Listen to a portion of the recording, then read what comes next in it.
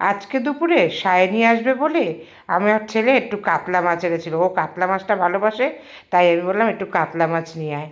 আর সঙ্গে চিকেনও ছিল। কাতলা মাছটা দই দিয়ে করলাম, আর চিকেনটা করলাম একটু অন্যরকম। তেলের মধ্যে গোটা গরম মশলা, পেঁয়াজ কুচি ভেজে তার মধ্যে সমস্ত মশলা, টমেটো সব দিয়ে একদম কাঁচা মাংসটাই ওর মধ্যে দিয়ে দিলাম। দিয়ে ভালো করে কষি, আর আলুটা তো আগে ভেজে রেখেছিলাম। এইভাবে চিকেনটাকে রান্না করলাম, আর নামানোর আগে একটু গরম মশলা দিয়ে দিলাম। সত্যি চিকেনটা না দারুণ হয়েছিল, দুর্ধর্ষ খেতে হয়েছিল। তিনজনা একসাথে যখন খেতে বসলাম, আর তার সাথে আবার আরও ছিল, উচ্ছে ভাজা ছিল, চাটনি ছিল, শশা ছিল, সব মিলিয়ে তিনজনা নিয়ে খেতে বসেছি। খেতে বসে ছেলে তো সায়নীকে জিজ্ঞেস করলো কেমন লাগছে মাছটা। সায়নী বলছে দারুণ হয়েছে।